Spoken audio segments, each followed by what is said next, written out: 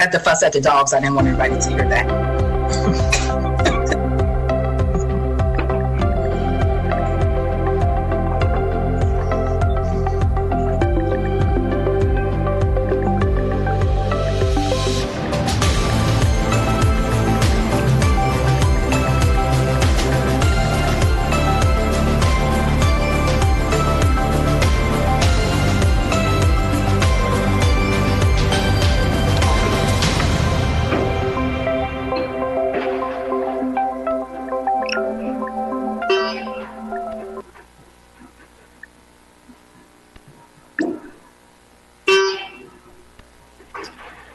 Good evening. I'd like to call the May 11th, 2020 meeting of the Greenville City Council to order. I'm Mayor P.J. Connolly, and I'll be moderating tonight's meeting. First, I'd like to call on Mayor Pro Tem Glover for the invocation, followed by the Pledge of Allegiance. Let's pray. Dear Lord, our Heavenly Father, we thank you for this day. We thank you for the opportunity to serve your people. Lord, we thank you for all the things that you have done to keep this city going. We thank you for our staff.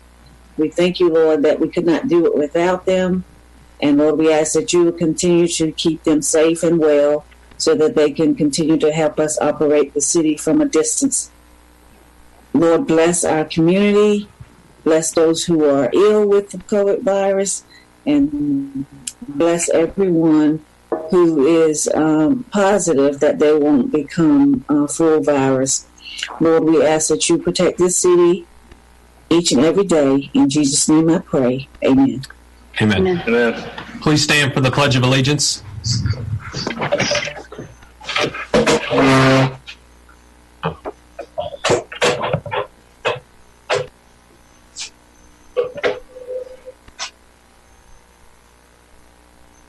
Allegiance to the flag of the United States of America and to the republic for which it stands, one nation, under God, indivisible, with liberty and justice for all.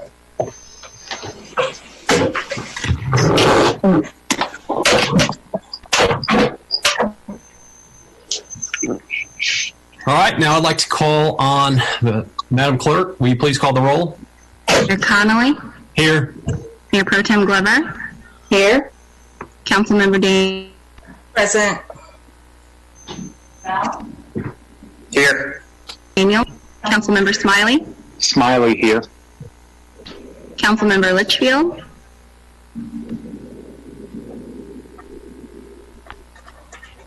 Councilmember Litchfield. Present. Councilmember Meyerhopper. I am here. Mayor Connolly, we have a quorum. All right, thank you very much. Now we'll move on to the approval of tonight's agenda. Madam Manager, any recommended changes? I have no changes tonight, Mayor. All right. I'd like to request that we put on a resolution for a regional approach to the various phases of reopening the state of North Carolina. So moved. Second. All right. Mayor, Smiley moved. where on the agenda would you like to put that? Let's put it at, let's do it at number 12 at the end of the agenda. Number 12. Yes, sir. Okay. All right. Motion's been made by Councilmember Smiley, second by Councilmember Bell. All those in favor say aye. Aye. Opposed? Ayes have it. I'm sorry, point of order. Are we required to literally go person by person in order to? Yes, that's correct. We'll call on the city clerk to take take the vote. Mayor Pro Tem Glover? Yes. Councilmember Daniels? Yes. Councilmember Bell? Yes. Councilmember Smiley? Yes. Councilmember Litchfield? Yes. Councilmember Meyerhopper? Yes. Mayor, that's 6-0 in approval. All right. Thank you very much. Now we'll move on to the public comment period. The public comment period is a period reserved by comments by the public. Items that were or are scheduled to be subject of a public hearing conducted at this meeting or another meeting during the same week shall not be discussed. A total of 30 minutes is allocated, with each individual being allowed no more than 3 minutes. Individuals who register with the city clerk to speak will speak in the order registered until the allotted 30 minutes expires. If time remains after all persons who have registered have spoken, individuals who did not register will have an opportunity to speak until the allotted 30 minutes expires. Madam Clerk, our first speaker. Mayor, we do not have any registered speakers, and I will check our public input mailbox to see if we've received any comments. One moment. Mr. Mayor, we have not received any comments for tonight's meeting. All right.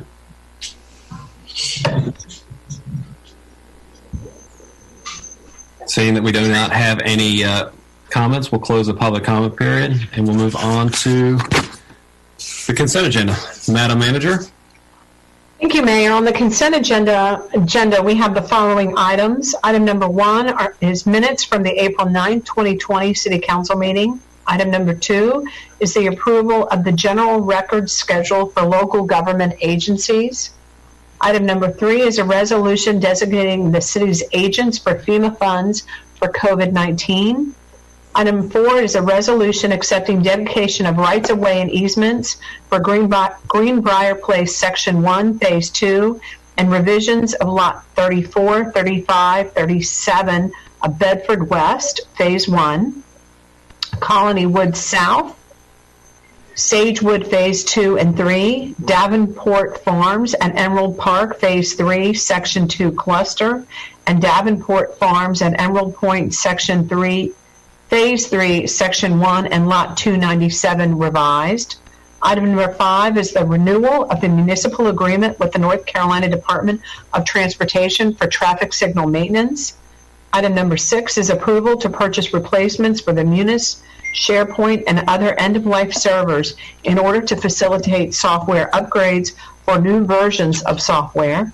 Item number 7 is approval to purchase replacements for the EMC VNX 5400 storage area networks located at City Hall and the Emergency Operations Center for the city's infrastructure. Item number 8 is various tax refunds greater than $100. Mayor, that is the consent agenda. All right. Thank you very much. There anyone like to pull any items or any recommended changes to the consent agenda? Move to approve. This is Councilmember Bell, second. All right. Motion's been made by Councilmember Meyerhofer, second by Councilmember Bell. We'll now call on the city clerk to take a vote. You're muted, Valerie.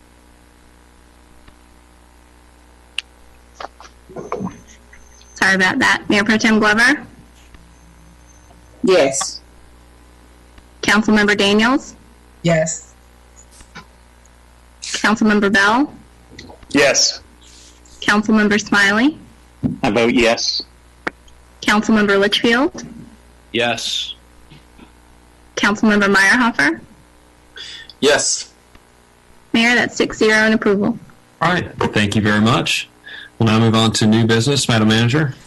Thank you, Mayor. Tonight, we would like to present to you the recommended fiscal year 2021 proposed budget. Michael and I will go through the budget presentation. I'll start and provide an introduction, update the council on some goals and objectives, and then Michael will follow with an in-depth discussion of the general fund and several of our other funds, and then I'll conclude. And I think at this point, Michael will share the screen. Valerie, can you allow the sharing of the screen? Sure.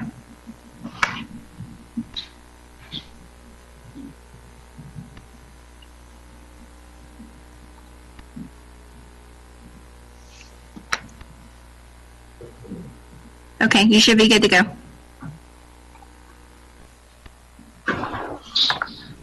Great. So we'll kick off. Again, in accordance with the general statutes of the state of North Carolina, we are providing our recommended budget for fiscal year 2021. This budget is a total of $129 million and represents expenditures and expenditures and revenue in 10 different funds. Next slide. We did want to spend a little bit of time and walk through the budget, particularly as it crosswalks with the council's defined goals for the city. And so I'll spend a little time doing that. So the first goal related to building a high-performing, diverse organization governed with transparency and fiscal responsibility.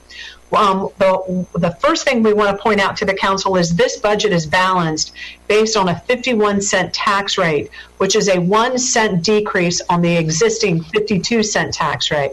You'll see at the graph at the bottom that this represents a 20-year low for the tax rate for the city of Greenville. Next slide. Approximately 85% of the entire general fund budget supports the core public services that the city provides, specifically police, fire rescue, recreation and parks, planning and development, economic development, capital projects and facility improvements, debt service, as well as street improvements. This budget does include a 12.2% increase in the city's property base, distributed as followed.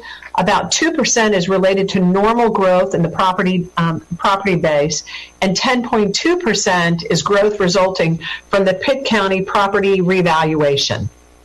The budget also makes, the general fund budget also includes a more than $8 million offset of projected revenue decreases due to the COVID-19 pandemic. Approximately almost 75% of those adjustments, resulting expenditure adjustments, have been made in recurring expenses so that we have not relied too heavily on one-time expenses. As we continue with the high-performing organization goal, this budget also includes about $200,000 to support the city's information technology infrastructure, $145,000 to support the scheduled replacement of workstation computers. It also supports the city's allotment of a 1-year allowance of sick leave to be used for employees for emergency leave due to COVID. And it also provides and supports our continued effort to share city news, activities across the city media channels. The next goal relates to infrastructure. The goal specifically identifies the goal of the council is to deliver public infrastructure improvements and execute existing opportunities related to transportation networks, recreation and parks, and stormwater projects. I'm pleased to indicate to the council that this budget provides $3.1 million in annual funding for local street improvements.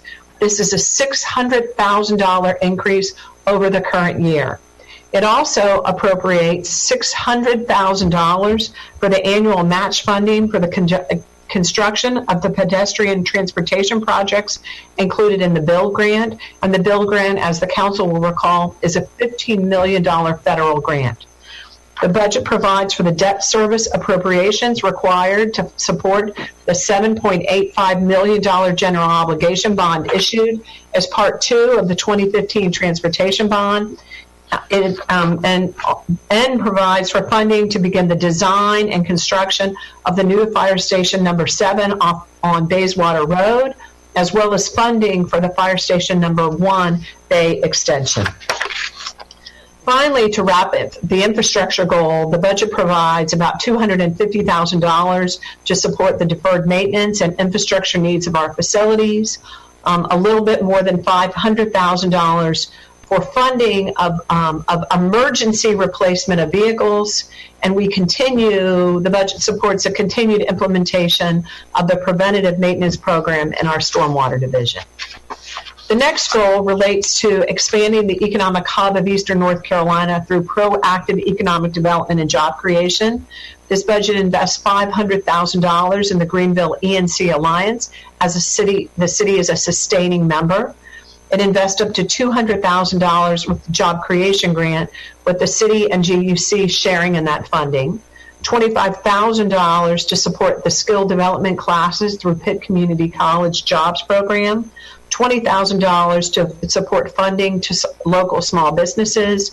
We've also set aside approximately $100,000 to assist local businesses through recovery efforts related to COVID-19. Next slide. We'll The second to last goal is about building a thriving and attractive community by creating vibrant neighborhoods and expanding artistic, cultural, and recreational opportunities. This budget includes approximately $100,000 to fund the Adopt a Street program, which would include maintenance of the 10th Street connector from Memorial to Evans, as well as Stantonsburg Road from 264 Bypass to Arlington Boulevard. It provides funding for partner agencies in the entertainment sector, including the Pitt County Arts Council at Emerge, the Greenway Arts Program, Uptown Greenville, and the Greenville-Pitt County Chamber of Commerce. And finally, there's approximately $50,000 to maintain the city's parks and greenways. And our final goal relates to, or the council's final goal relates to the enhancement of community engagement, safety, and wellness. This budget provides approximately $150,000 for the replacement of public safety radios. It's the beginning of that program.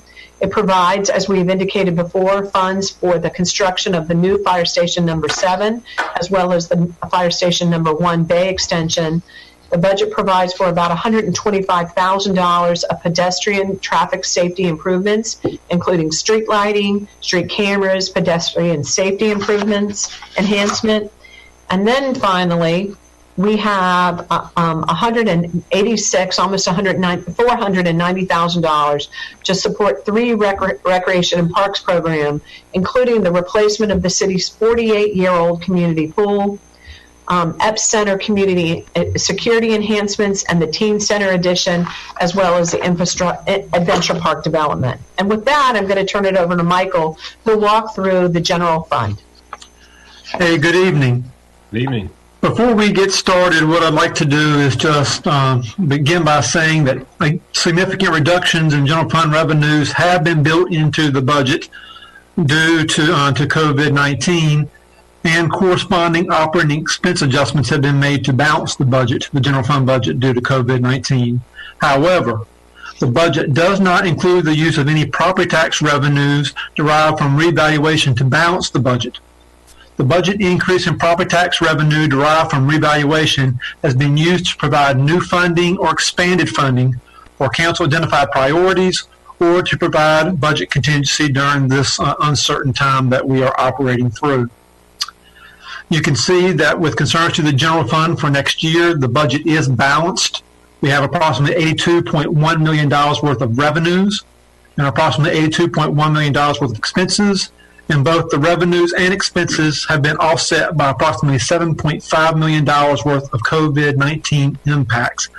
Reductions in revenues of $7.5 million and reduction in expenses of approximately $7.5 million. What I'll first start off with is a review of the revenues. And you can see that as we've talked about in the past, there's approximately 6 or 7 categories that make up almost 90% of the total revenue within the general fund, and sales tax and property tax being the 2 largest components.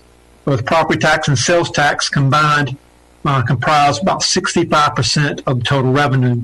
And then you can see the revenue offsets for the impact of COVID-19, and the vast majority of that coming within sales tax dollars.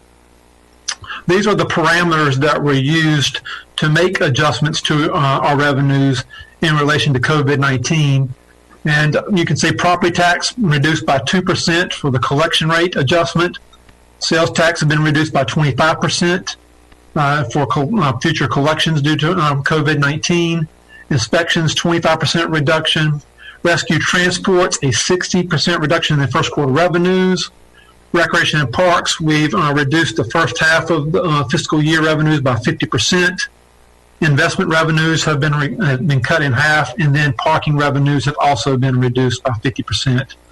So in total, we have about $8 million worth of revenue reductions, of which that has been offset by $500,000 in one-time FEMA reimbursement dollars that we are anticipating in the next few weeks related to prior hurricanes that we are receiving expense reimbursements for. Until that's $7.656 million. Now, regardless of what the overall reduction is, we must note that this is a projection, and that the actual impact will be different from budget. No matter which budget, which direction we go, the actual will be different. Therefore, as we move through next fiscal year, there will be a need to adjust the budget either up or down based off of actual information becoming more available to us on the true impact of COVID-19. So given the fact that property tax revenues and sales tax revenues comprise the largest components of our revenues, I'd like to spend a few minutes just talking about each one of those components. First of all, property tax revenue. I do like to start off with a comparison of the city of Greenville to our peer cities. And these are peers based off of the size and population. And you can see that the city of Greenville's property tax rate for this current fiscal year is 52 cents as compared to a high of 64.75 cents for High Point and a low of 42.89 cents for Asheville. This graph right here shows the property tax revenue per capita for the city of Greenville as compared to our peers. And Greenville sits at approximately $368 per capita as compared to a high of $746 for Asheville and a low of $322 for Jacksonville. And there's a lot of good information within this data that we can learn from, but I'd like to highlight just a couple of those points. First of all, the city of Greenville, Fayetteville, and Jacksonville all have one characteristic in common that differentiates them from their peers. These communities, including Greenville, have a significant amount of governmental nonprofit properties which are not on the tax rolls, that we earn no property tax revenue from. Greenville, those types of properties are both education and healthcare, and for Fayetteville and Jacksonville, that would be military-type properties. So with that said, there are three ways to increase the per capita property tax revenue relative to a stable population. Expansion of the tax base, meaning more homes and more businesses. Appreciation in the value of the tax base. Properties are worth more relative to the market. And the least popular, an increase in the property tax rate. Michael, before you leave that slide, this is Rick Smiley.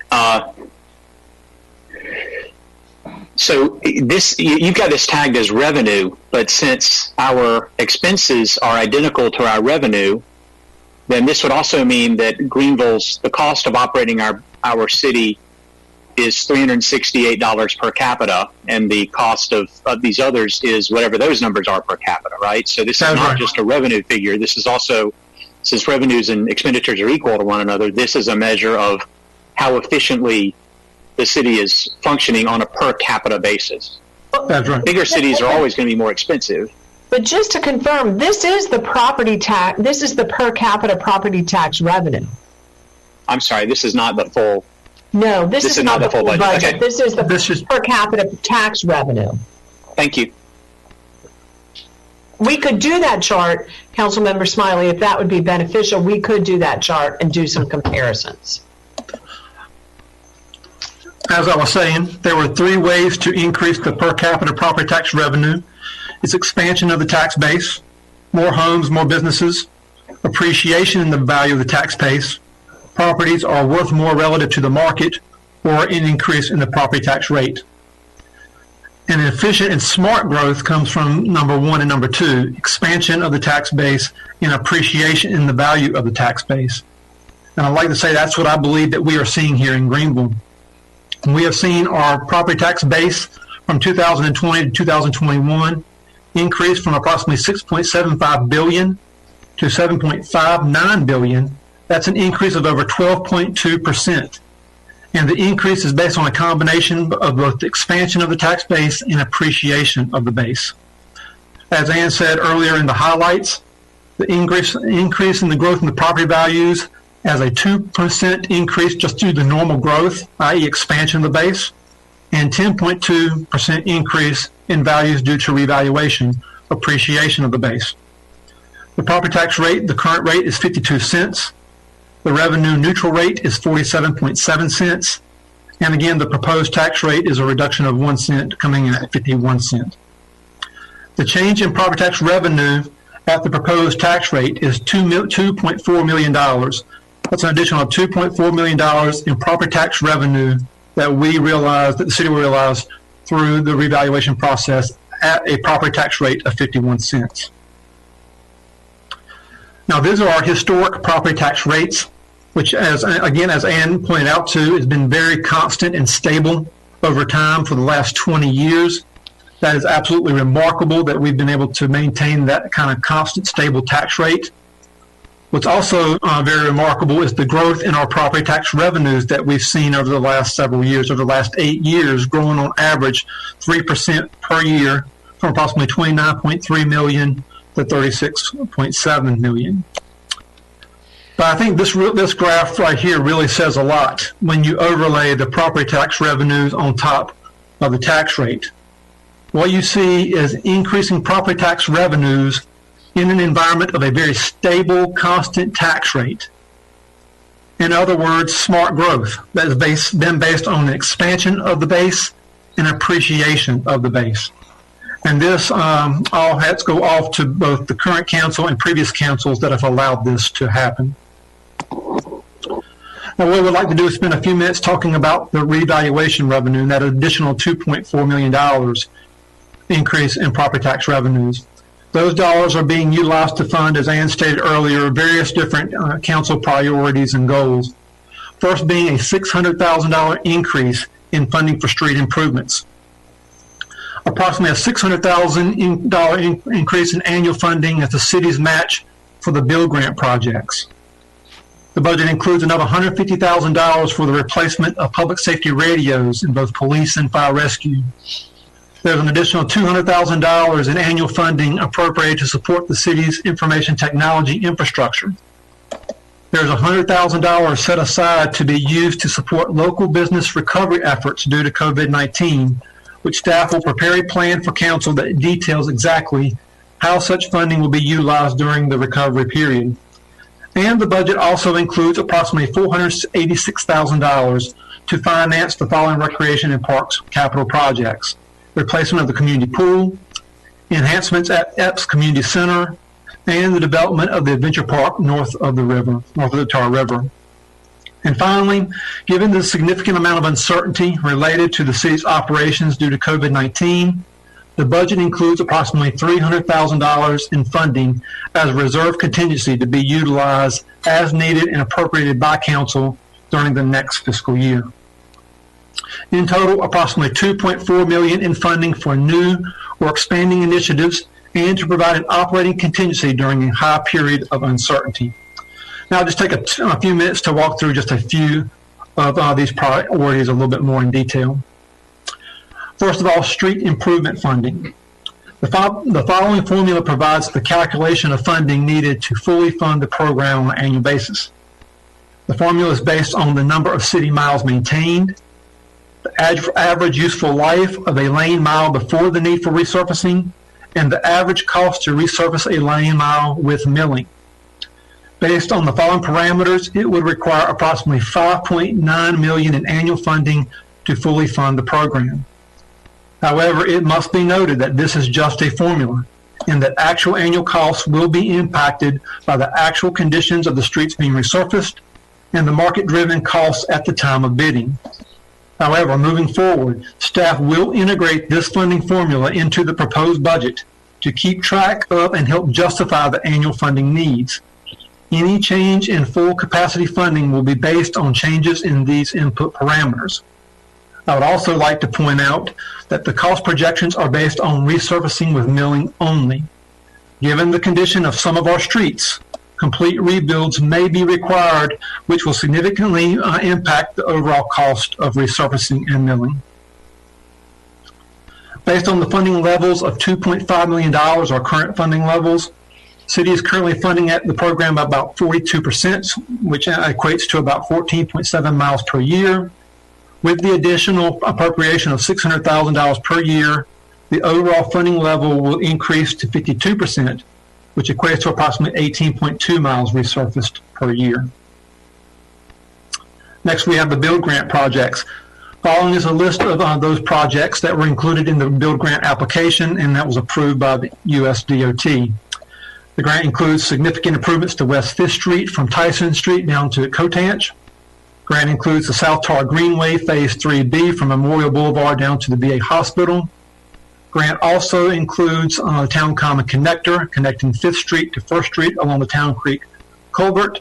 And finally, the projects include a Millennial Connector Path and Moy Boulevard sidewalks for a total of $24 million. Now, if we look at our actual funding through the federal grant, we were awarded $15 million. The city of Greenville has approximately $4.8 million in reserve between the capital reserve and the transportation bonds that were recently financed.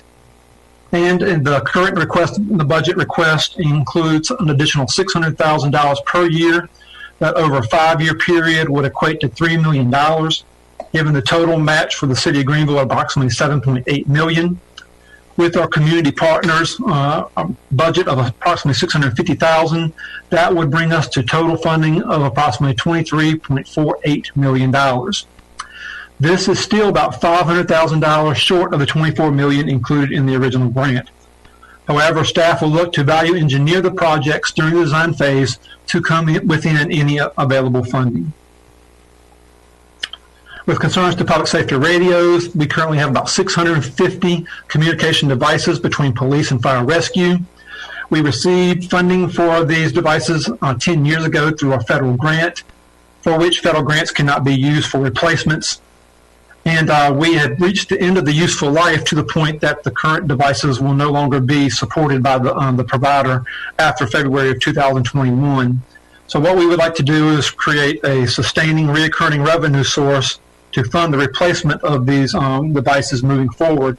And a $150,000 appropriation would fund between 40 and 45 radios per year. With concerns to the community pool, we are looking to replace the 48-year-old pool that's located at Guy Smith Park. In 2019, you may recall the dive tank was displaced due to the concrete failure, and it was sinking. And that dismantlement cost about $40,000 to the city. This project would not only add or replace the pool, but look to relocate the pool from its current location at Guy Smith to another location in South or West Greenville. We would look to construct a pool that had a competition lap pool, a separate zero-depth entry recreation pool, and play structures, and also look to add changing rooms, concessions, and shade structures.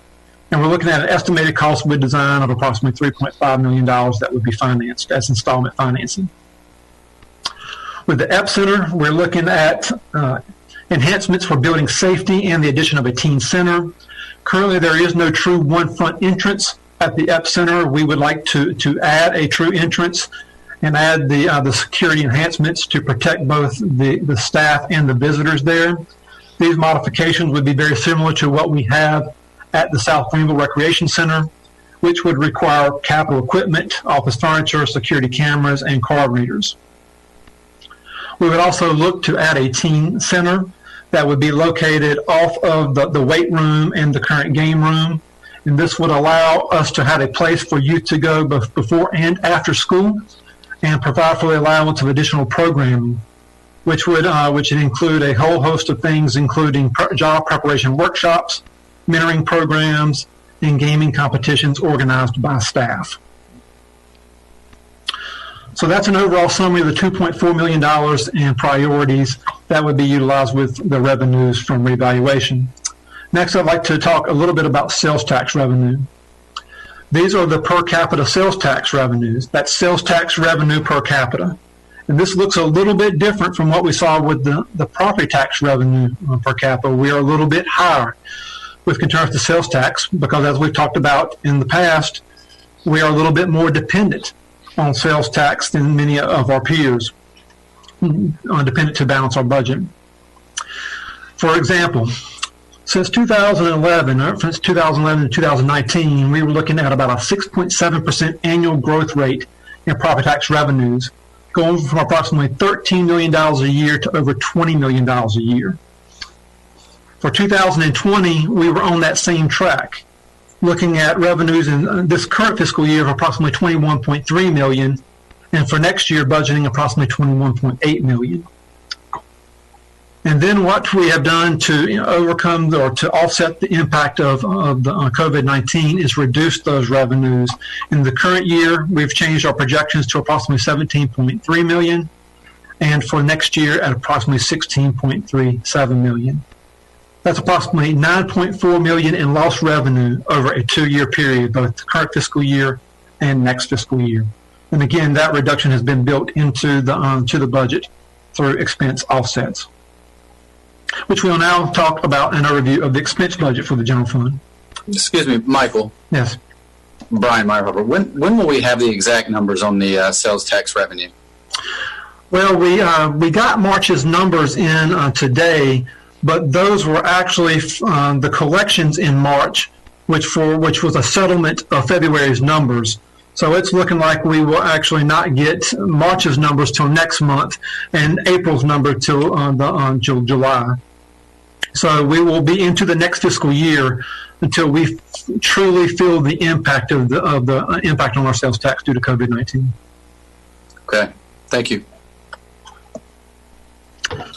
General fund expense budget. Again, revenues equal expenses, expense budget of approximately $82.1 million. And you can see the areas of reduction for the $7.5 million due to COVID-19. Personnel making up the largest component of our overall budget. Approximately 2/3 of our overall operating budget in the form of personnel or human resources that we rely on every day to get the job done. And that carries us forward to our goals and priorities related to budget adjustments in light of COVID-19. As we talked about last month, our number one focus was to maintain the core public service functions within police, fire rescue, public works, and developmental services. That is our job. That's why we exist. And we will always be there to support the community by maintaining those public service core functions. But that also means is maintaining a current level of staffing to support those services. And in order to achieve this, but at the same time achieve the overall reduction in adjustment to our budget, we have implemented a citywide hiring freeze, with any deviation from the freeze being based off public safety needs and budget availability. This budget also removes any market or merit increase built into the 2020-21 base budget. We've got one-time reduction in annual funding for the city's OPEB program. It will be partially subsidized by the health fund. And we have targeted reductions in select variable personnel expenses closely tied to city programming in the local economy, such as part-time salaries for recreation and parks and overtime expenses within public safety, both police and fire rescue. We have a spending freeze that we are maintaining indefinitely across all departments for non-essential services. Our goal is to minimize the impact on the city's street improvements appropriations in light of the scarcity of funding prior to the 2014 fiscal year. Reductions to street improvements would only occur if revenues were more significantly impacted than are estimated. And our goal is to delay by 1 year the identified pay-as-you-go capital projects that have the least level of impact on the city's delivery of core public services. The primary focus areas include vehicle replacements, facility improvements, computer replacements, and the last area, pedestrian transportation and traffic safety projects. We are also looking to utilize one-time funding that is not currently appropriated in the city's reserve funds. For example, next year, through the CARES Act, we are looking at approximately $5.3 million worth of transit funding through that CARES Act. What we'll do is look to utilize that fund instead of making a general fund transfer to the transit fund.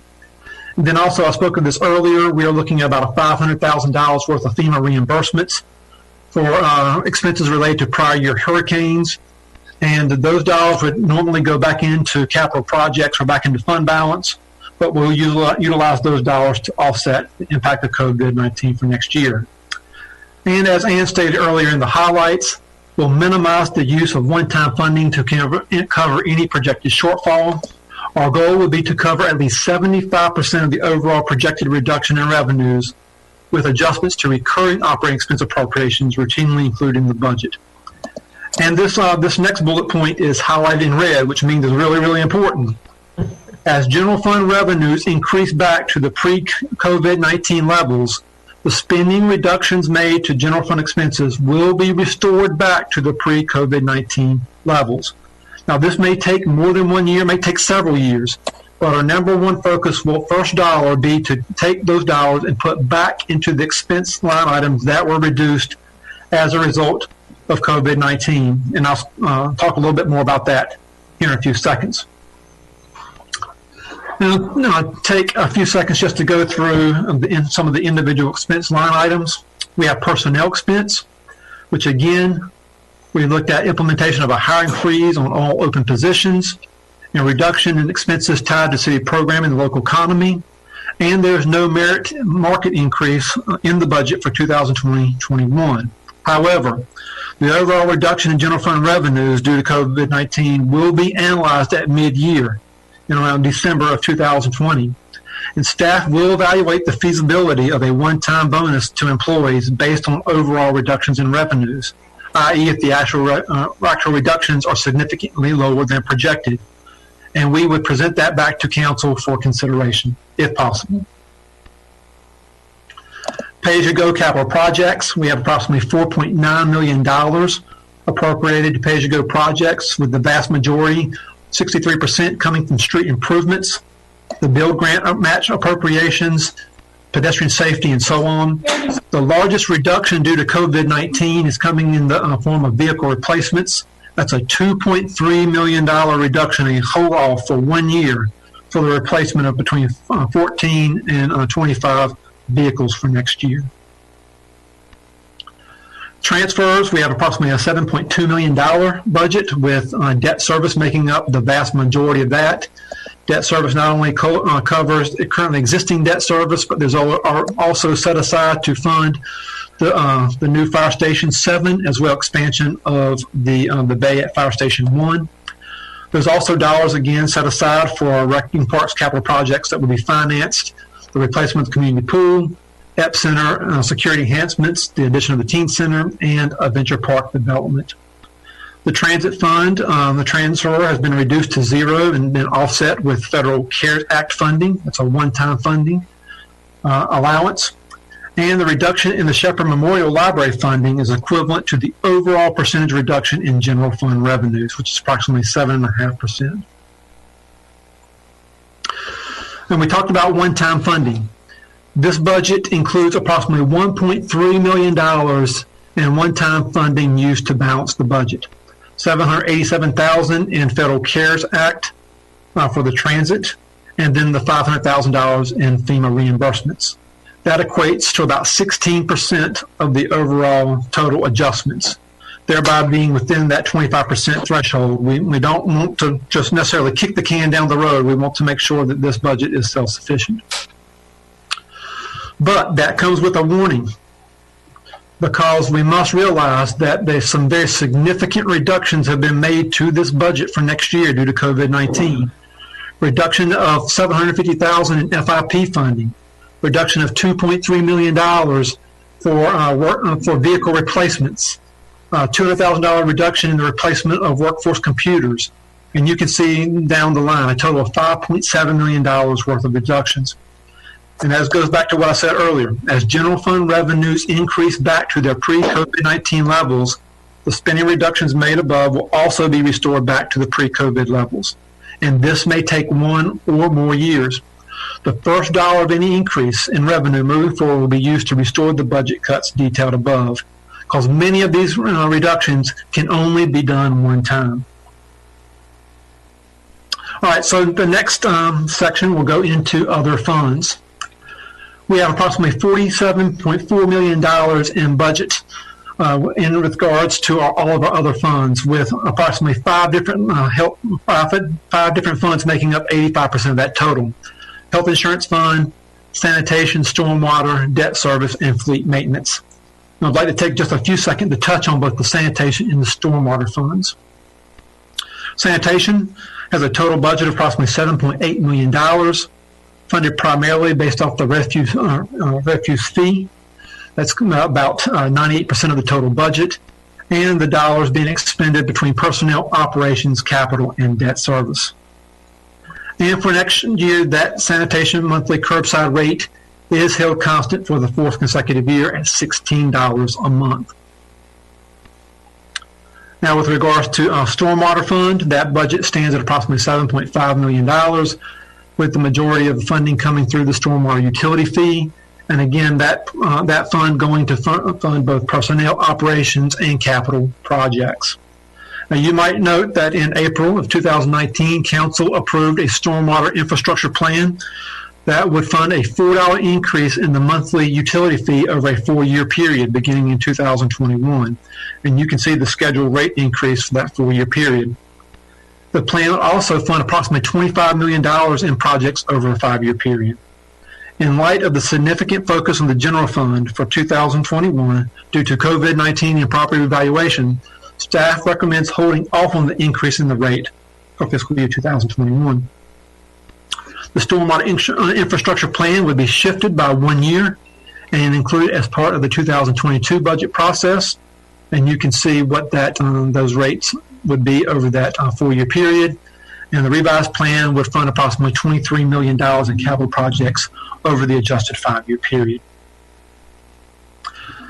And thereby, the stormwater monthly rates per ERU hold steady for next year at $5.35 per ERU per month. And that's, I'll turn it back over to Ann to finish us up. Thank you. So I just want to provide just a broad summary of the budget. In accordance with North Carolina general statutes, we have provided the council with a balanced budget. And this budget over 10 funds is a total of about approximately $129,000. Next slide. But I think it's just important to provide some broader context to the budget and what the budget means. And in good times and in bad, and certainly we've seen those in the last year, the city's mission doesn't change. We exist to protect the health and safety of our community, to build and maintain infrastructure to support our residents and our businesses, to provide access to cultural and recreational opportunities, to enhance quality of life, and to create an environment of Greenville where it is a place where people want to be. And we really believe that this budget as presented does exactly that. It provides funding to support the delivery of all of the city's core public services. It supports all of the city council's identified goals for the 2-year period, and it provides new or expanded funding for several of the council's key priorities. And so we're available to answer questions that the council might have. But as we close, it's important to point out that our greatest strength is our employees. Here's a few photos. We'd love to get a photo of every employee, but here's a few photos of our employees engaging in the work that they do every day, working in our community and serving our community. I'm really proud to present this budget to the council for your consideration. Thank you. So I'm happy to take any questions. All right. Are there any questions for the city manager or assistant city manager?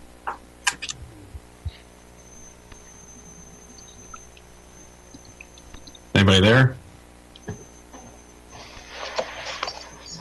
I do want to say something. I'm very happy to see that we are putting $3.1 million towards street resurfacing. I think that's important. That is a boost and a significant increase from this year's allocation and last year's allocation. I do want to say we do need to be cautious when making the decision as far as tax rates concerned, because you did mention this at the beginning of the presentation that we did see a 10.2% growth in revaluation numbers and an overall 12.2% increase. And right now, as we all know, it is falling on very hard times for people in our community that have lost a tremendous amount of income based off of their businesses being closed, reduction in the amount of business that they've had, or being completely unemployed. So I think we do need to be mindful of that and consider that. We also do need to be mindful on the flip side of that is that we do provide essential services to the city that are very important that we must maintain on an annual basis. Those are fire and rescue, police services, public works through road construction, and those types of things. So I do definitely want to urge us to continue to look at that and consider that as we're making a decision to move forward. Will you be able to provide us maybe with the slides in an email so we can kind of go over and look at some of this information? Because that was quite a bit of information to kind of digest in a short period of time. Certainly, we'll load it up on the city's website as well as provide you all with a link to the deck, which also includes a more extensive discussion of some of the assumptions of the budget. Michael might be able to answer this question a little bit better. What is per each cent of the tax rate? What is that the equivalent of as far as a dollar figure? It's approximately $727,000. 27. Do we have a? You may have gone over this. I might have missed this on the slide, but do you have a estimate as far as the 10.2% growth revaluation number, as far as how much of an increase in revenue that would create for the city? Overall, the 10.2 equates to about $2.7 million. Okay. The budget includes, Michael, of that 2.4. Yeah. Okay. And that's netting against $7 million next year in property in sales tax revenue loss. $7 million of reduced sales tax revenue. 5.4 million. Okay. Anybody else have any other comments or questions for the manager or assistant city manager? I do. Okay. Councilmember On Dean. page 9, you talked about money for businesses in reference to the COVID. Has the distribution process been determined yet of how that would go? No, ma'am. We would work with the council to understand what that would look like. We just felt as we were putting the budget together to provide some funding for some future distribution to businesses, provide for events, or additional marketing. We would determine what that would look like in a future date. Thank you. Any other questions?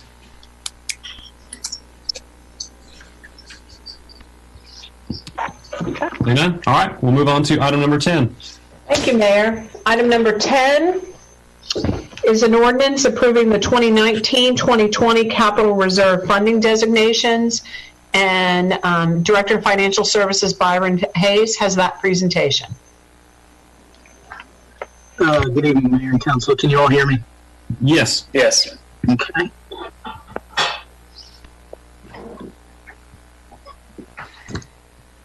All right, and can you guys see the slides? Yes. Okay. All right, so this is the change in the 2019-2020 capital reserve designation. Statutory authority for the capital reserve fund can be found in the North Carolina General Statute 159-18.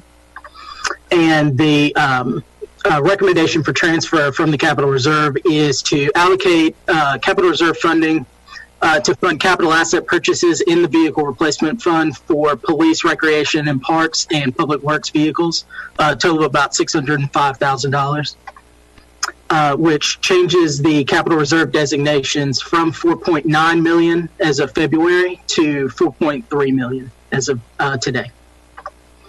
Just a breakdown of how those designations fit. We have approximately $1 million in industrial site development, $2.1 million in total transportation projects, and just under $1.2 million in Dickinson Avenue streetscape projects. Just breaking it down by category, that's about 20% for site development projects, 40% for transportation, and 36% for Dickinson Avenue projects. And staff recommends approval of the 2019-2020 Capital Reserve Fund designations and the adoption of the Capital Reserve Fund Ordinance. Any questions? Any questions for Mr. Hayes? This is Councilman Smiley. I move approval. This is Councilmember Bell, second. All right. Motion's been made by Councilmember Smiley, second by Councilmember Bell. I will now call on the city clerk to take the vote. Mayor Pro Tem Glover? She has to unmute.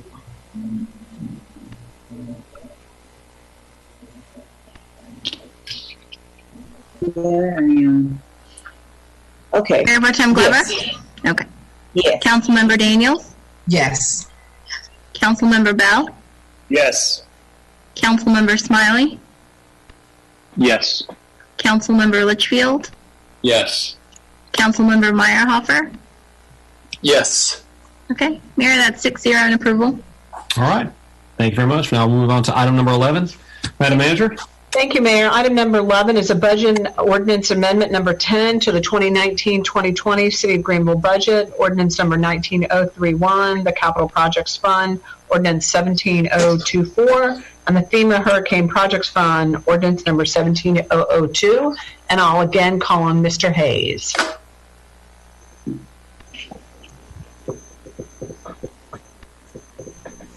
All right. And this is the budget ordinance amendment number 10. Amendment number 10 includes adjustments to the general fund, the stormwater utility fund, the capital reserve fund, public works capital projects, IT capital projects, enterprise capital projects fund, and the FEMA projects. Breakdown of the amendments. We are increasing property tax within the public works capital projects fund to move to the general fund for the tax collection fee payment. We are allocating NCDOT funding received for the pedestrian crossing project as reimbursement for the project completed within the general fund. We are allocating capital reserve funding to fund capital asset purchases in the vehicle replacement fund mentioned in the previous agenda item for police, rec and parks, and public works vehicles. We are appropriating fund balance within the stormwater utility fund and transferring it to the enterprise capital projects fund for Town Creek culvert change orders. Moving funds from the FEMA projects fund to the IT capital projects fund for additional IT infrastructure replacements. And we are moving the remaining contingency funds to the Mayor City Council budget to cover additional contracted services expenses in the current fiscal year. As a result of these amendments, it brings the total operating fund budget to just under $147 million. And staff recommends approval of Budget Ordinance Amendment 10 for the City of Greenville operating fund budget, the Capital Projects Fund, and the FEMA Hurricane Projects Fund. Any questions? Any questions for Mr. Hayes? I have one. Smiley. Councilmember Smiley? The change orders on the Town Creek culvert, is that mainly the 8th Street extension? Yes, I believe so. Yes, that's correct. Okay, thank you. Any other questions for Mr. Hayes? Councilman Smiley, I move approval. This is Councilmember Bell, second. All right, motion's been made by Councilmember Smiley, second by Councilmember Bell. I will now call on the city clerk to take the vote. Mayor Pro Tem Glover? Yes. Councilmember Daniels? Yes. Councilmember Bell? Yes. Councilmember Smiley? Yes. Councilmember Litchfield?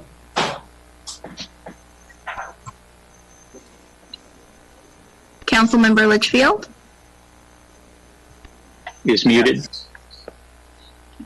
Councilmember Meyerhofer? Yes. Okay, that's 6-0 in approval, Mayor. All right, thank you very much. We'll move on to the next item. Thank you.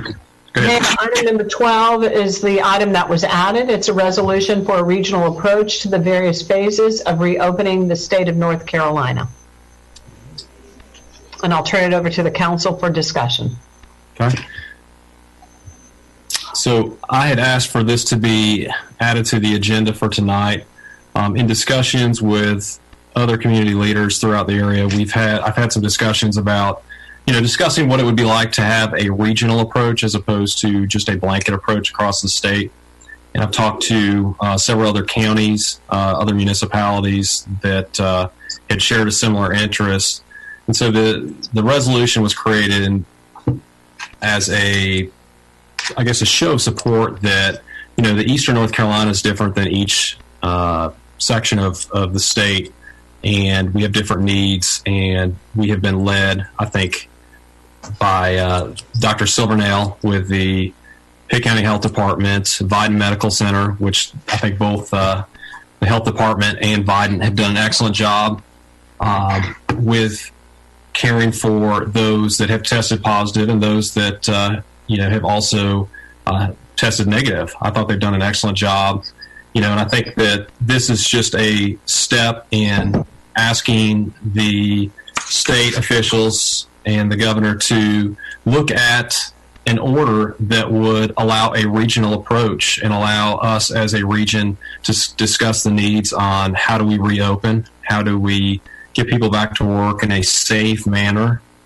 and I think that it should be guided directly with our health department, our health director, those medical professionals. I think it is to show that Eastern North Carolina should come together and come up with a way that we can be able to get people back to work in a safe manner. And I'm open for any questions. I don't know if we have a slide. I believe the city clerk, did we have a slide just showing the resolution for the general public? Mayor Emanuel McGirt, the city attorney, I think we have the resolution available here. And it just talks about the city adopting a resolution that takes a regional approach.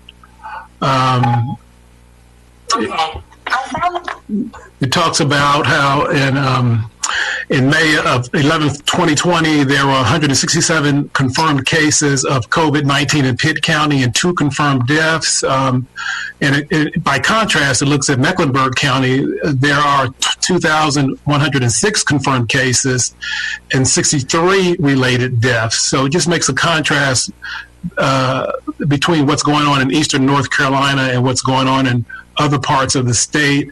If you go to the last paragraph of the resolution, it just provides that the city council urges the governor to adopt an order that allows for a regional approach to reopening the state of North Carolina by lessening the restrictions on the operation of businesses in Eastern North Carolina.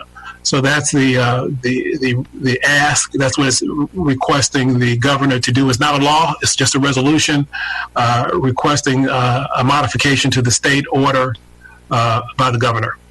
I do want to say too, in that same paragraph, and I know other council members have had a request for this. It says with recommendations from the Pitt County Health Director, because I think it's important that they are fully engaged and participating in the discussion on how you move forward. So that was definitely one of the major things that I wanted to make sure that was in there, is that we're working in conjunction with those that have the knowledge, have been on the front lines of caring for those individuals that have tested positive and those that have tested negative. So that was a big sticking point as far as this resolution was concerned. Mr. Mayor. One more thing before I say, Attorney McGirt had spoke to Dr. Silvernail today, and I believe, didn't he give you like a statement? Yes, Mayor. I talked with Dr. John Silvernail, the Pitt County Public Health Director, and he reports that he is of the view that Pitt County could open with a structured reopening, that northeastern North Carolina could be treated differently than more metropolitan areas in other parts of the state. And he made comments about that in a public document recently to the Pitt County commissioners. All right, thank you. Councilmember Smiley. Thank you. As I read this, and the thing I think was crucial about it is that it doesn't ask for to change the rules. It acknowledges that there are criteria that need to be met in order for the public to remain safe if in some sort of opening. But if all it asks for is that Eastern North Carolina be evaluated on its own merits, that we want to meet all the requirements, and we want to whatever the curves need to be, and the plateau or the decline in the number of cases, but that those curves all those metrics should apply to that part of the state, and that whatever the metrics are in Raleigh or Charlotte or Asheville for that matter, they don't necessarily apply to us, and that this resolution says, as I read it, says that if Eastern North Carolina meets the appropriate metrics to open safely, then the governor should consider allowing us to do so. Is that correct? That's correct. So, Any other questions or discussions? Councilmember Daniels? Yes. So, is Dr. Oh, I'm sorry. Is Dr. Silvernail, and what's the other doctor from CEO from Biden, do they plan on coming back before the council as they did the first time that we made some of these decisions or asked to make some of these decisions?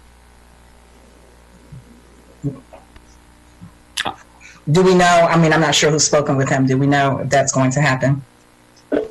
Daniel McGirt, city attorney, I spoke with Dr. Silvernail today. He said he would be available if invited. He was not available on this evening, but he could be available if invited.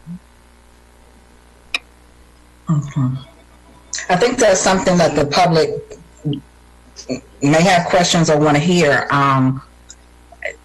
I think the governor's, the sole person for a reason to make those decisions, and if we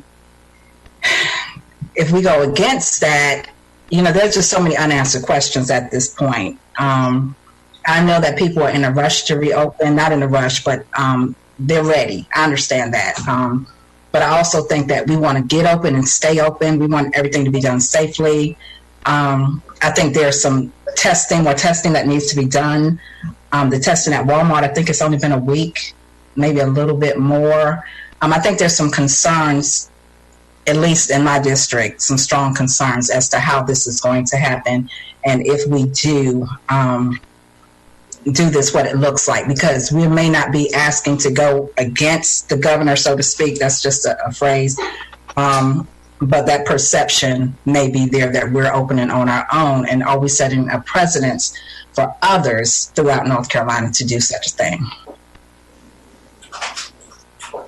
I will say that I've had discussions with other municipal and county leaders throughout the state, and I think you're going to start to see additional ones that will probably step up and ask the same thing. And I don't think this should be used as a slight towards the governor or his team with DHHS. I think that they have worked very hard over the last several weeks to extrapolate the data that has come in, make sure that they are closely monitoring it. But, just from a geographic location, Eastern North Carolina is different than other parts of the state. From a density standpoint, we are a lot more rural. I think the numbers wise for some of the communities and some of the counties that are around us are significantly less than you've seen in some of those more urban areas. And, this should not come across as, we're saying anything negative towards his administration. It's just urging the governor to look at a more regional approach. Even in several of his press conferences, he had mentioned that might be a possibility to look at it from a regional standpoint. My hope is that, this resolution will help him to understand that there's other municipalities in the state that also would like to look at it from a regional standpoint and work in conjunction with our local, our state, and our federal partners that have been on the ground working very hard in a diligent manner. This resolution in no way, shape, or form changes any of the shelter-in-place rules that we currently have in place by the state. Is that accurate? That's correct. This is just a resolution. It's an ask. The council is asking the governor to modify the present state orders, but this resolution by no means has the force of law. It's just a resolution. Right. So we're just requesting that he look at the data in Eastern North Carolina compared to the data in Wake County or Charlotte-Mecklenburg, and maybe make a consideration on taking a regional approach. Is that right? That's correct. Okay. So what is the possibility of this being read to the public? Because I don't think that it's available for everyone to see. What is that possibility?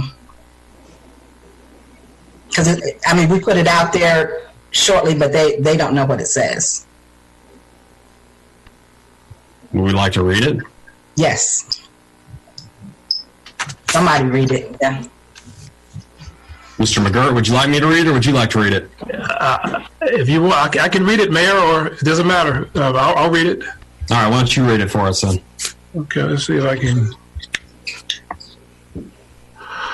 Okay. Resolution for a regional approach to the various phases of reopening the state of North Carolina. Whereas the President of the United States presented a new federal guidelines April 16, 2020, entitled Opening Up America Again, defining conditions for parts of the United States that have a downward trajectory of COVID-19 symptoms, a downward trajectory of documented cases, and effective testing and treatment of patients to begin opening up businesses through a phased-in approach.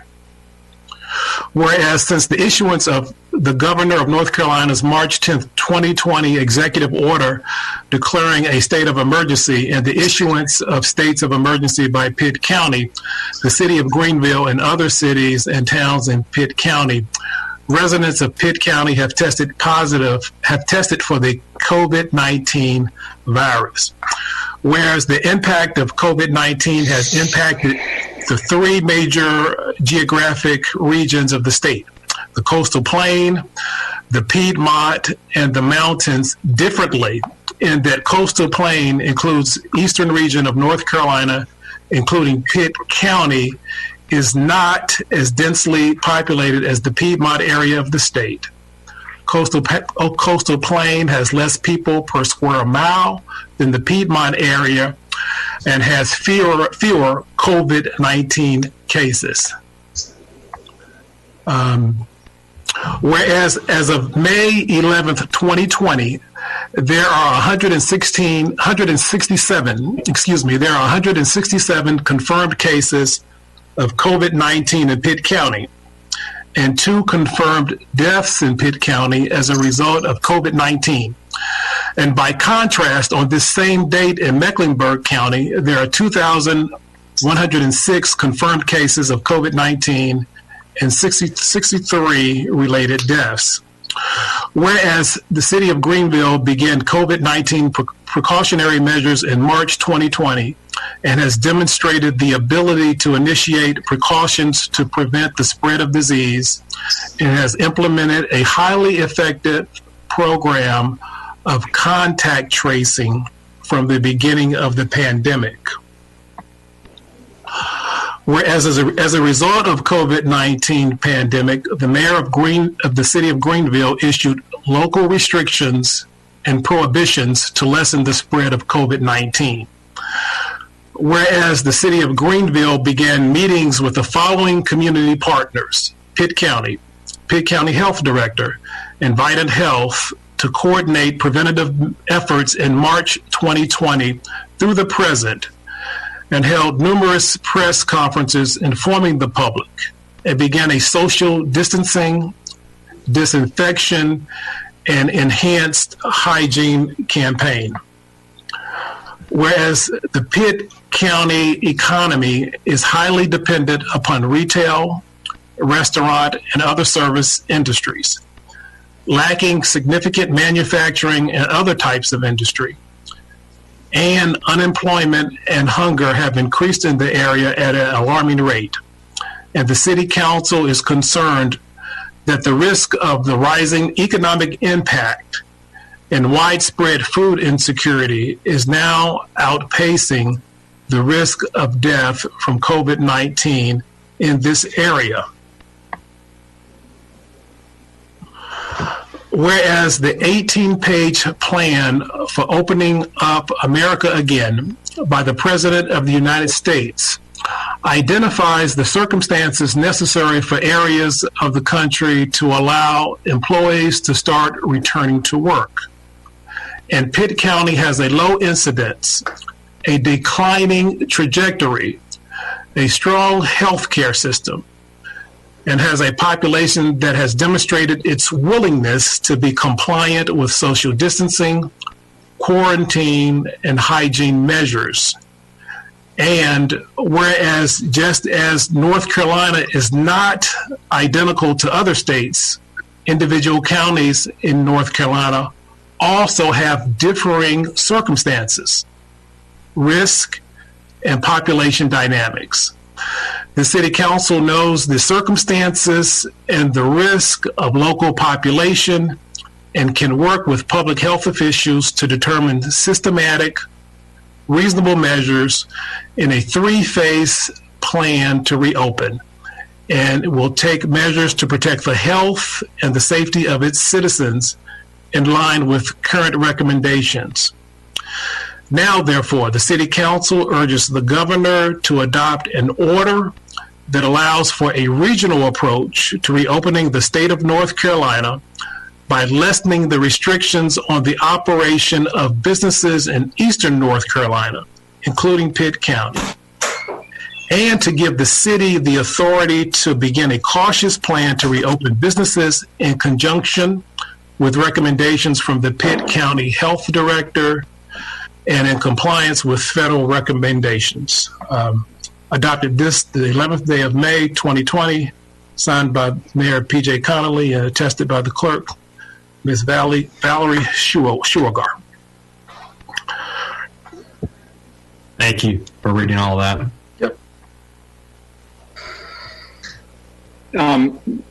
This is Smiley. Mr. Mayor, can I? Yeah, Councilmember Smiley. Go ahead. Yeah. So again, there's several things in here that are certainly, the last paragraph is really the motion, but all of this, my vote for this is in support of all of this text, which states that, there are guidelines and, which have been promulgated nationally, and the governor has a 3-phase approach that he is advocated for applying statewide. And my understanding is that this resolution would simply call for those same phases to be with the same criteria for implementing, for moving from one phase to the next, to be applied. Again, what we're urging is for the governor to use those same requirements and those same metrics and those same phases, but instead of keeping the entire state in a single phase, to perhaps have Eastern North Carolina move to phase 2 or phase 3 once we had met the standards for that phase. It doesn't change the rules. It just asks for them to be applied to us specifically and not to include other parts of the state in the analysis of our current numbers. Is that, again, that's my general understanding of this entire resolution. I'm assuming that's what the rest of council is reading it as well. No. Councilmember Daniels. I'm sorry, Maya Harford. Were you going to say something? No, that was good. Okay. Councilmember Daniels, go ahead. Okay. If we're going by the hospital guidelines, aren't they going by the state? Aren't they following the governor's orders, and that decision will be made?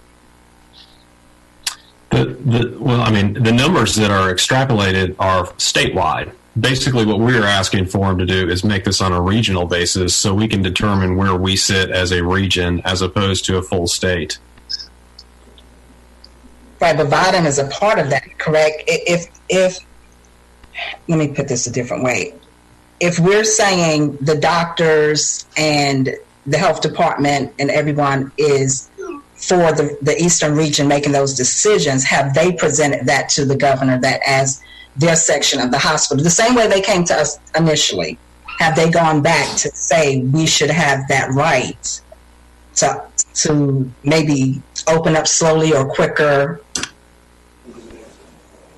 I'm not going to speak for Biden. I don't know if they have or if they have not. That's what I'm saying, Doctor. They should come before us again before we make this decision. And I know this is not a law that we're trying to make, but we made a decision initially based on the information they came before us to present. And if we're going to make another decision, shouldn't we follow that same guideline?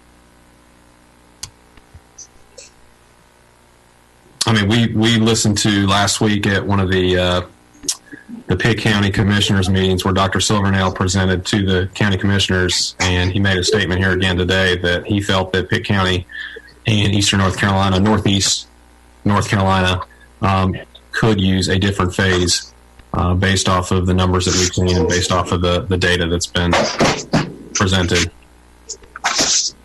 Yeah, and I understand that, but I also think that the constituents that we serve heard them say something totally different initially. And even though they went to the county and they spoke to other people, those that are watching us, have they heard that same information that we initially provided to them? Because we don't want it to appear that we did it halfway, that we went, we had a big discussion on this initially. We had boards, they bought a whole bunch of stuff to us to put the stay-at-home orders in place, and that was greatly appreciated.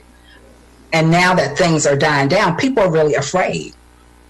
Like I said, we want to open up, but we want to stay open, and we want it to be done in a manner as smoothly as possible. And since we brought those individuals to us initially, shouldn't we help explain that to others the same way?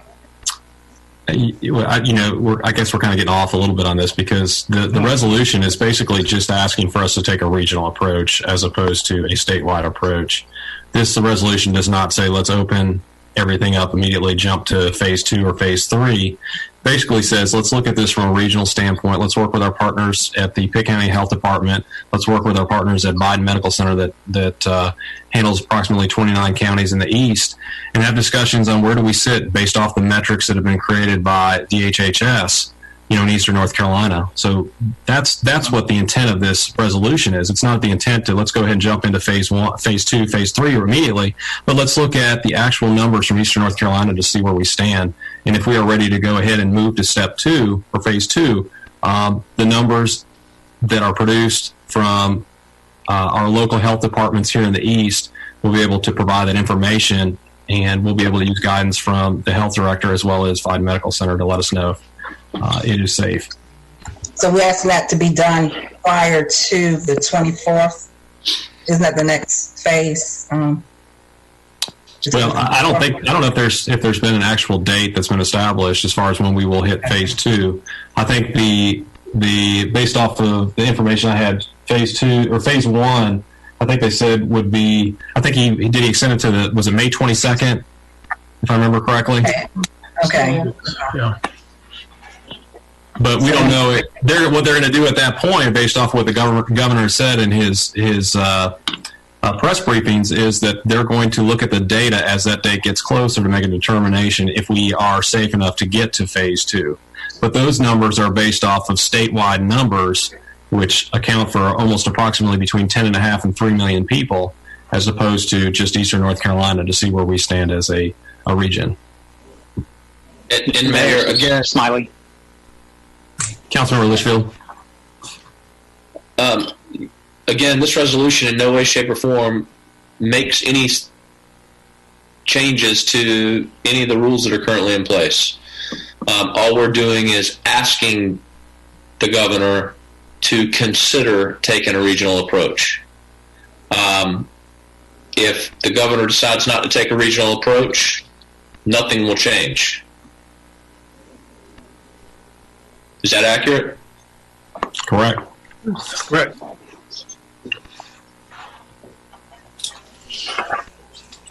I see no reason. I'm sorry. Go ahead, Will. I was just following the statement. I said I see no reason not to do this, considering the numbers. Okay. Well, what are the numbers? Because you look at the numbers going up in Jacksonville, the numbers are going up in Wake County, and that's a lot closer to us than Mecklenburg County. The numbers haven't started going down in Pitt County yet, have they? The actual number or percentage of people that are testing positive is down below. I believe it's at 8% right now. About 3-4 weeks ago, it was at 20%. So the number of cases have increased, but that's based off of additional testing that's taking place. But the percentage of the people that are testing positive are actually going down, which is one of the criteria that the governor has set forth for us to be able to move to the next phase. Councilmember, Mayor Pro Tem Glover, Did you hear me, Mayor? I can hear you. Okay. Well, okay, so I know that the governor he's looking at the state overall instead of different regions. So he has not looked at regions with, maybe 6 people, tested positive or whatever. And how are we, once we allow people to get back, what can we expect from the governor in helping cities and towns have testing supplies? And if we don't have testing supplies and we let people go back, we may have a rapid pickup in the amount of people who are positive. But being positive doesn't absolutely say that you have the disease, but you're a carrier. So how can we, what I would like to see is for the governor to break it down in regions for us. And I understand that this will not, change unless the governor says so. It's his call. So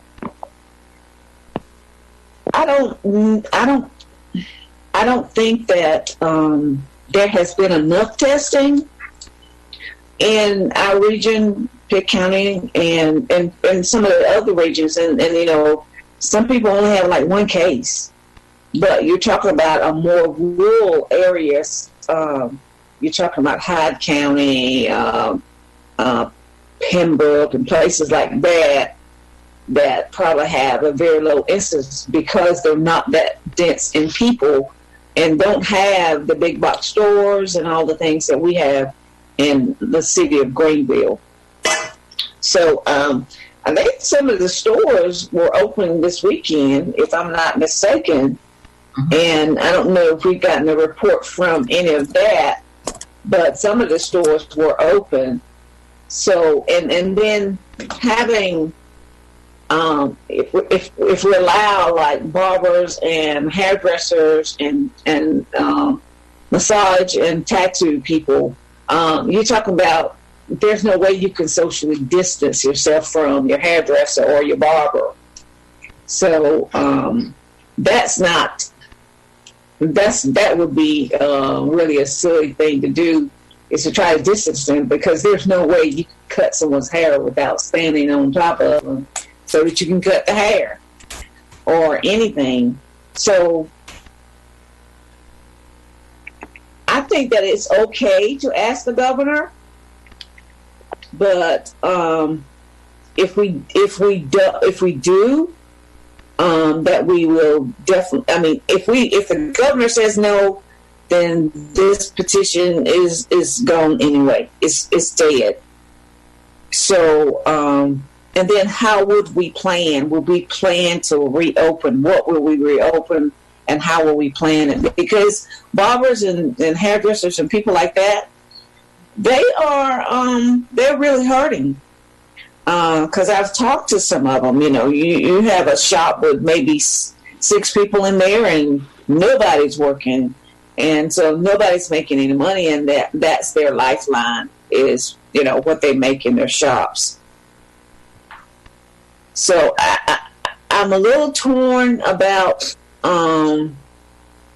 what if the governor says yes, and how will we do that? By bringing all of our healthcare people together, like Biden and health department, and people together, and then we all can probably not sit down together, but we could all, have them come before the council and talk about it. I'm quite sure the governor's not going to get to this, or it's not going to be a priority thing for him to get to it right now, because we're not finished, and we've not done any I guess it's pretty explanatory what we're asking to do.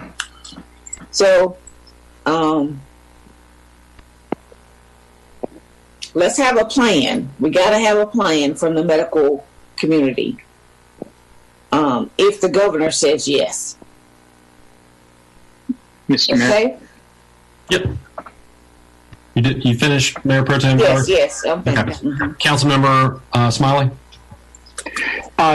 Just my understanding of this is that the governor would, he's going to issue the order one way or the other. If he decided to issue orders by region, then, he would issue orders by region. He would say, Eastern North Carolina may move to phase 2 and some other, I don't think there would need to be there wouldn't be, a lot of collaboration and coordination in the regions. The governor would just issue separate orders per region. The other thing I think is significant here is that this resolution is neutral on whether there should be, aside from perhaps some aspirational language about whether or not Eastern North Carolina should reopen. It's easy to imagine a circumstance where, some other part of the state was given permission to move, the order was moved to phase 2, but Eastern North Carolina did not move to phase 2 if our metrics were to worsen, right? If we suddenly saw a lot of cases here in the East, then you can imagine that the governor would say, well, if the governor agreed to move to a regional approach, would maybe would issue an order that would allow some other part of the state to move to a later phase and ask that Eastern North Carolina stay in our current phase. So the purpose of this resolution, as I read it, is not to argue for opening or to take over any decision making from the governor. It's simply asking the governor to make his decisions in a slightly different way. Mayor, can I speak? Yeah. Mayor Person. I understand that too, and we're not saying that we're going to go out and do it without but the governor does have the last say so. Even if we present this to him, he has the right to say yes or no, and then we would have to go by the governor's guideline for phase 2, which we haven't done phase 2 yet. We're still in phase 1. So that's one of the things that, and I don't have, in listening to the resolution and looking at the resolution,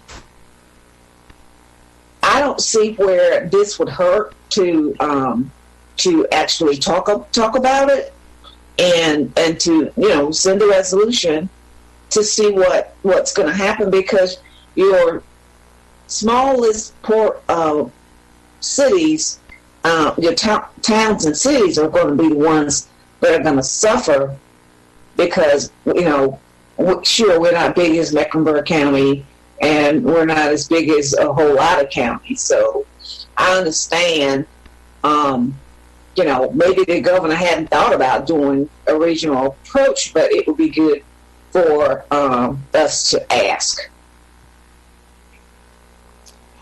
Yeah, and he has referenced that in a couple of his press conferences that he has held, that potentially looking at a regional approach is a possibility.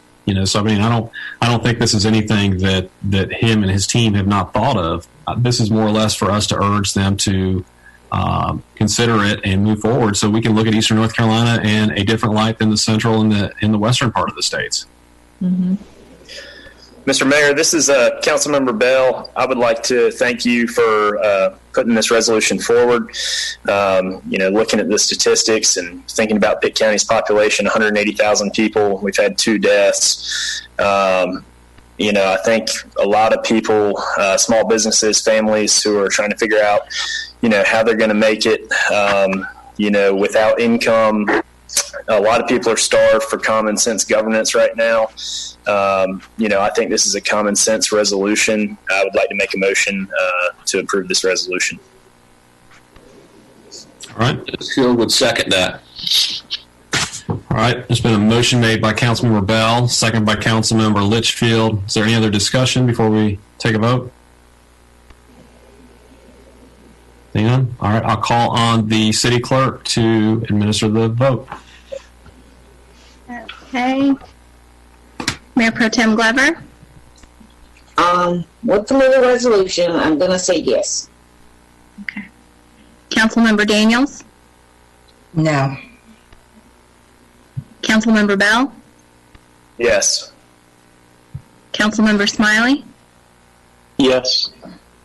Councilmember Litchfield? Yes. Councilmember Meyerhofer? Yes. Mayor, that's 5-1 in approval. All right.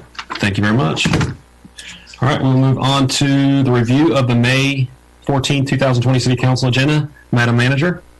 Thank you, Mayor. At the May 14th meeting, the council will consider appointments to boards and commissions. Okay.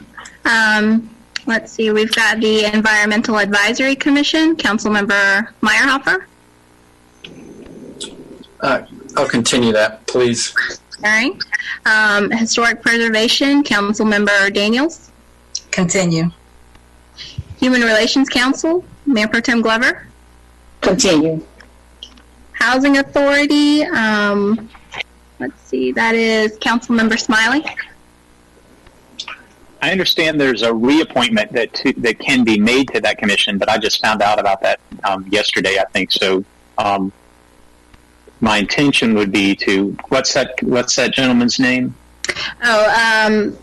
There's two. One is Jamel Blunt. He is the resident commissioner. We're actually waiting on the nomination from the Residents Council. That will not come back to the council, though, until their June meeting. They meet on May 26th. We do have the appointment for Angela Marshall. I'll continue in anticipation. Okay. So I'll continue in anticipation of the residents naming someone. Okay, and you also have the reappointment for Angela Marshall's seat as well. Yes, so I will reappoint Angela Marshall. Okay. Planning and Zoning Commission, Councilmember Bell. I will continue, please. Okay. We also have Mayor Pro Tem Glover for Christina Darden's seat. I'll continue. Councilmember Smiley for Hat Maxwell's seat. I'll continue that one. Okay. Police Community Relations Committee, Councilmember Bell. Continue, please. Recreation and Parks, Councilmember Bell for Nikki Caswell's seat. I plan to reappoint. Okay. Let's see. Recreation and Parks, Mayor Pro Tem Glover for Christian Williams' seat. Continue, please. And the Youth Council, Mayor Pro Tem Glover. Continue.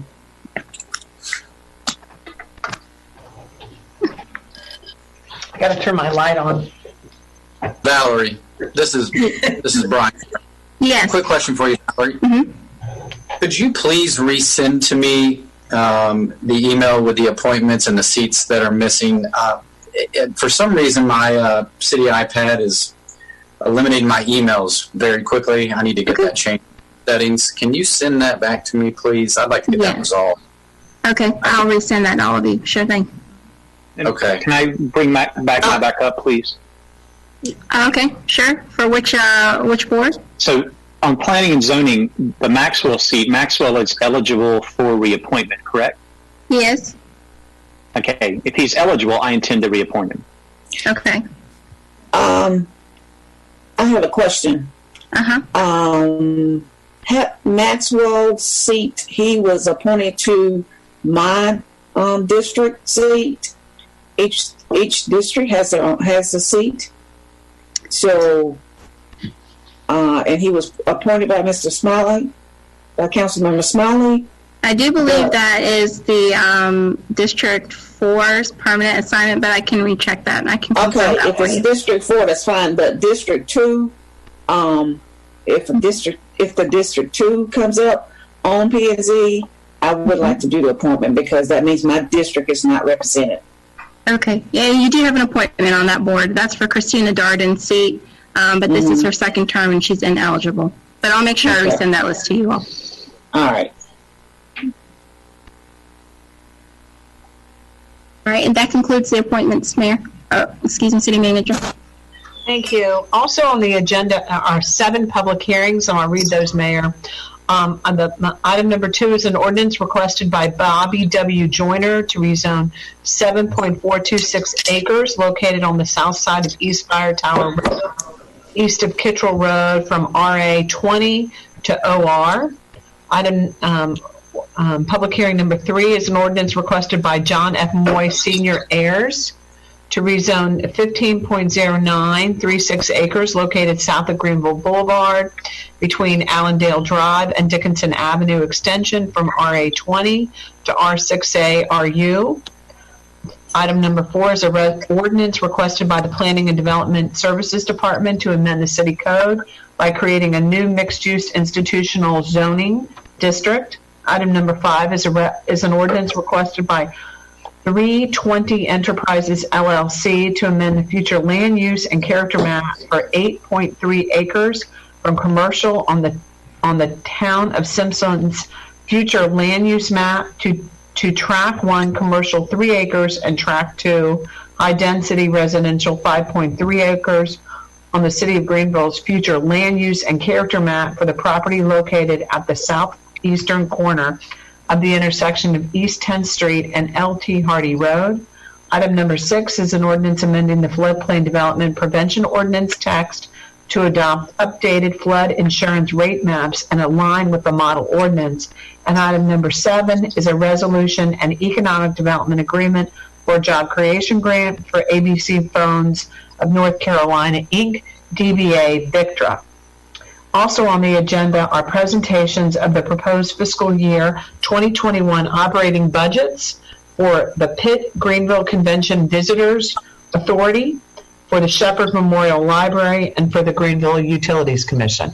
That is the May 14th meeting, Mayor. All right. Thank you very much. Now we'll move on to the city manager's report. I have no report, Mayor. All right. Thank you. Now we will move on to comments from the mayor and the city council. We'll start with, how about Councilmember Daniels? I'm just encourage everyone to stay safe. Thank everyone for the sacrifices that they made thus far, and encourage everyone to hang in there. Thank you.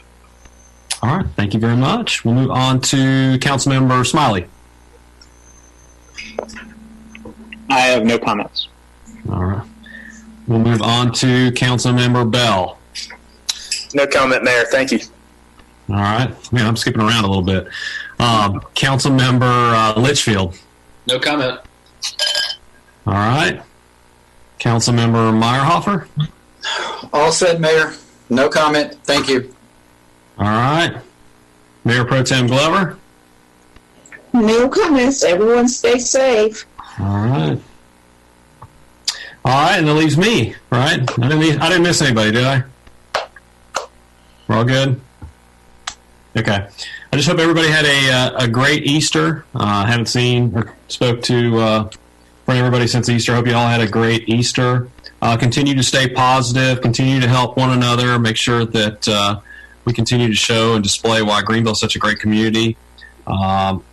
Stay positive, I think, is extremely important. It's getting tough right now. A lot of people are getting frustrated without getting out of their house and out doing their day-to-day activities that they're used to. So continue to help one another and see what you can do and reach out to those people. Maybe it's as simple as making a phone call to just check on them to make sure they're okay.